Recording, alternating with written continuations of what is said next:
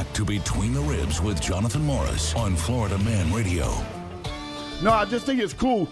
And my buddy Todd was telling me that he's going to hook me up with a guy. I forgot the guy's name. I'm not trying to be rude. I just can't remember it. Start doing like Bibles for Dummies type deal.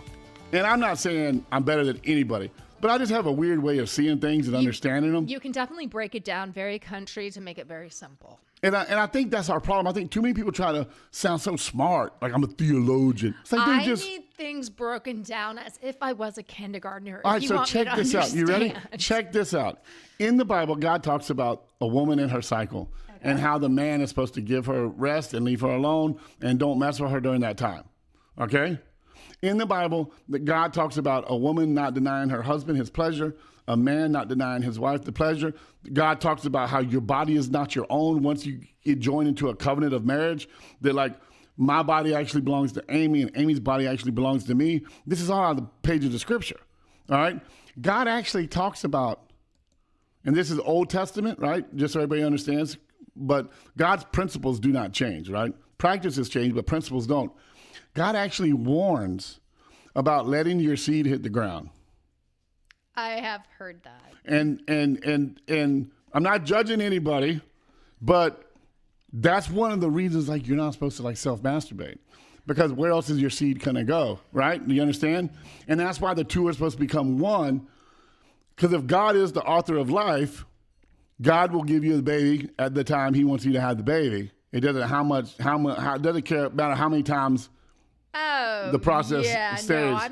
All right, hang on, follow me with this. Now, isn't it?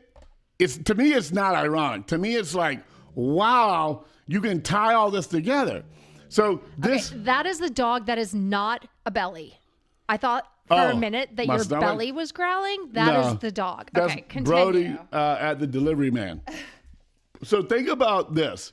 A study done by someone in the scientific field who has no ties to Christianity, no ties to the Bible, no ties to Scripture, no ties to God, comes up with a study that for the health and wellness of men and testosterone and testicular cancer and prostate cancers and all that stuff, that the men who are the most immune to those cancers and have the longest longevity of life and performance and proper balance as a man are men who ejaculate 21 times a month.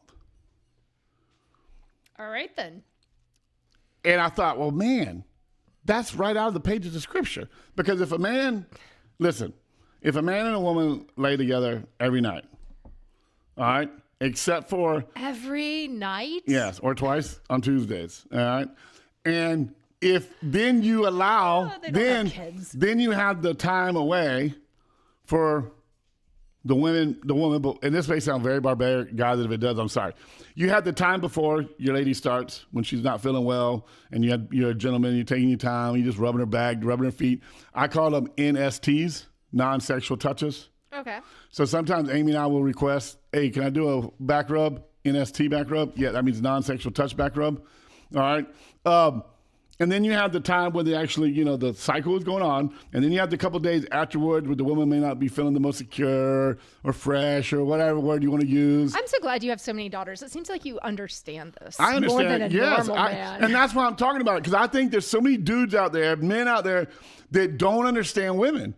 And they're either on their third, fourth, fifth wife or girlfriend, or they just don't get the missing link. And I think it's important that when I see these things, and I may be way wrong. I may be way off base. So YouTube, don't put me out there as a fact checker, because I may be wrong. But to me, it makes sense that if you follow God's principles, a husband and a wife come together, two become one. You allow the time of your wife to be alone, if you will, but she's not alone because you're still there as a comforter and a helper, and you care and you listen to her, and you do your gentleman husband thing, for lack of a better word, because I don't know the right word to use. And then you have 21 days of solidness, just love making, whatever you want to call it.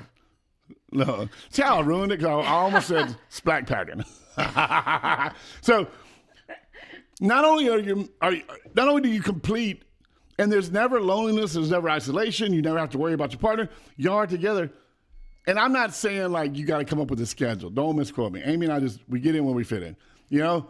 And, I mean, a schedule would work really well. but you keep talking about kids, but sometimes you put the kids to bed and you go do mom and dad stuff. Well, my husband goes to bed before my kids. So you go to bed with your husband. Stop making excuses. There ain't no way that my kids are going to bed without somebody putting them to bed. Then go put them on a movie and go put them on a movie for 7 to 92 minutes, however long it takes. And then he sleeps better. He goes to work the next day. Great.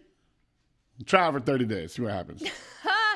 Take me up on the challenge. Oh my God, I'm not even. That's not even everybody, up for discussion. everybody out there, take me up on a 30-day challenge. 21 days with your partner, your wife, or if you're a lady listening with your husband, and then hit me up in 30 days and tell me how great your marriage has become. I mean, it's true. You won't fight no more. When you feel closer, yeah, I mean, it's great. When you just had that time, it's hard to fight with each other. It's hard to notice the dirty laundry and the dirty dishes when you just got through enjoying each other. Oh, I'll be thinking about those the whole time. I'm just kidding. I'm kidding. I'm kidding. I'm done with you. Yep. I'm done. That's fine. What other stories do we have to talk about? Are we going to do anything about anybody want any gold, medals, silver? MorrisMafiaGold.com. MorrisMafiaGold.com. You want to pay for those hotel getaways and those sexual vacations? Start collecting silver and gold. 7K, they got it going on. Basic access, VIP access, legacy VIP access. That's a one-time payment you never pay again in your life. And then you get gold every month the way you want it shipped straight to your door, or they can put it in the vault for you. This is gold and silver for the common person. The guy, the bootstrap guy, the whatever, blue-collar guy, the steel mill guy, whatever you want to call the guy or the gal. Just people like me and people like you, people like Heather, that we can't afford $10,000 to get started. But we've got a couple $100, and we're like, man, I want to start somewhere. So I'm not bragging, and I don't want anybody finding my secret vault wherever 7K has it. I have some at the house and some there. But just in the time we've been doing this, 100 here, 150 there, 200 here, just randomly, like instead of going out to dinner, buy some silver. We're at like 1,500. And I know that's not a lot, but 6 months ago I had no silver and no gold. And no savings. And no savings. I mean, I assume. Sorry. Well, we had to deplete our savings during my surgeries. Right. We normally keep it in an emergency account and a small savings, just like to bail us out. I don't have like 50, 60 grand in the bank or nothing like that. I have no 401k, no IRA because I'm self-employed. I don't have a retirement plan. I'm going to work until I can't work anymore, and hopefully that day everything I have is paid for, and I'll have enough cows and pigs to sell to get me till Jesus finds me, calls me home. But now I do have something. And I've done it in like 6 months. And I know that may not sound like a lot, but in 6 months, I've got like $1,500 worth of gold and silver. And you're not going to go and spend it on Red Bulls because it's gold and silver. The other thing is the gold and silver I first purchased 6 months ago is now worth more than it was 6 months ago. So not only do I have the asset, but the assets that I have are increasing in value instead of that dollar on my dresser that's going down in value every day. So you don't even have to say Jonathan Morris sent you. If you type in MorrisMafiaGold.com, it takes you right to my page. It'll ask you what country you're from. You just tell them United States, or my people in Canada, tell them Canada. We got someone in Europe. Yes, I found out it was on YouTube. Somebody from Europe, and then was it Australia or Austria? Those are two very different places. I know. But we're worldwide now, Heather. Yeah, you are. So wherever you're listening, you put it in your country, it'll take you to the page, and you can either invest as like an investor type deal, or you can just buy personal. I mean, it's a great way to save money. I mean, just for savings. Just to make that your savings. Because if you have $1,500 in the bank down at the local bank and you run into hard times, it's very easy to go grab that $1,500.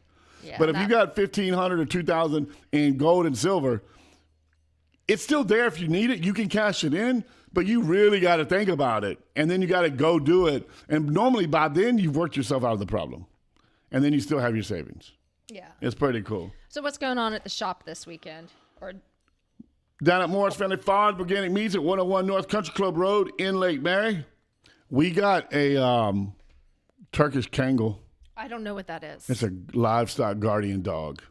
It kills wolves and coyotes and bobcats. Will it let me pet it? Probably not. When did you get it? Well, it's in Orlando. I'm going to pick it up tomorrow or Saturday morning. It just got here from Turkey. It's full-blooded, 2.5-year-old. He's about 140 pounds. His name's Bud. Does he speak English? He's going to have to. I think he speaks kill predator. Okay. I mean, that works too. So I got that because we're going to get really big into lamb and goats. I'm going to bring him some bones. Oh, wait. He'll be out on the farm. He'll never come home. He's a farm dog. He'll live with the animals. He'll have his little place in the barn. But his job is 24 hours a day. He is the guardian of the flock.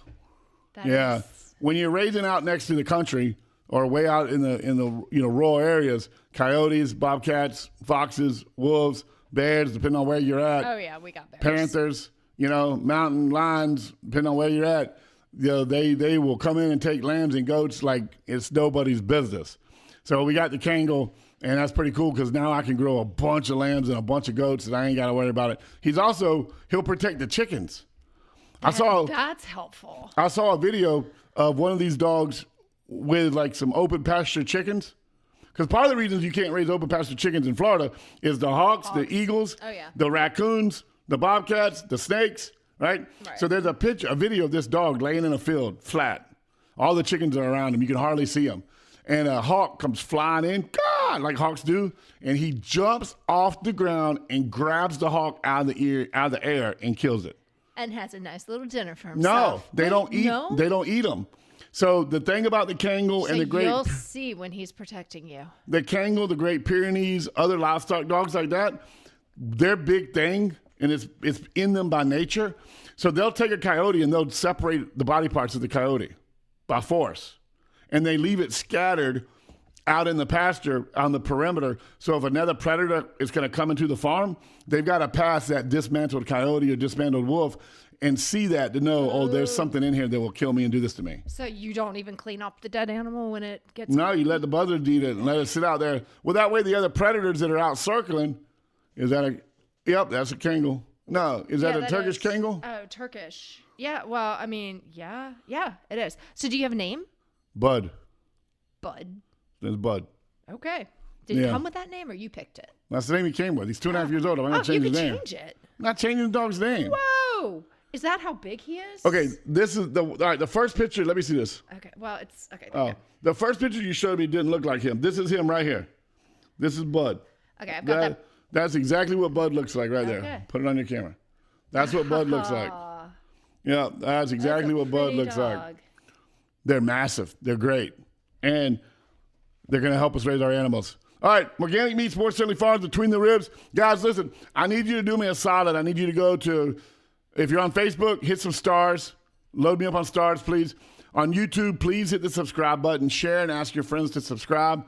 We're trying to grow this. We can't grow without you, and we thank you for your support. Absolutely. We're on Spotify now. We're on X. We're on TikTok. We're on Instagram. Between the Ribs, everywhere. We're going to get back to live shows after the year. The shop number, 407-402-5686. Order some meat. Keep this thing going. I'm free, and I won't forget the men who died, who gave that right to me, and I gladly stand up next to you and defend her still today, 'cause there ain't no doubt I love this land.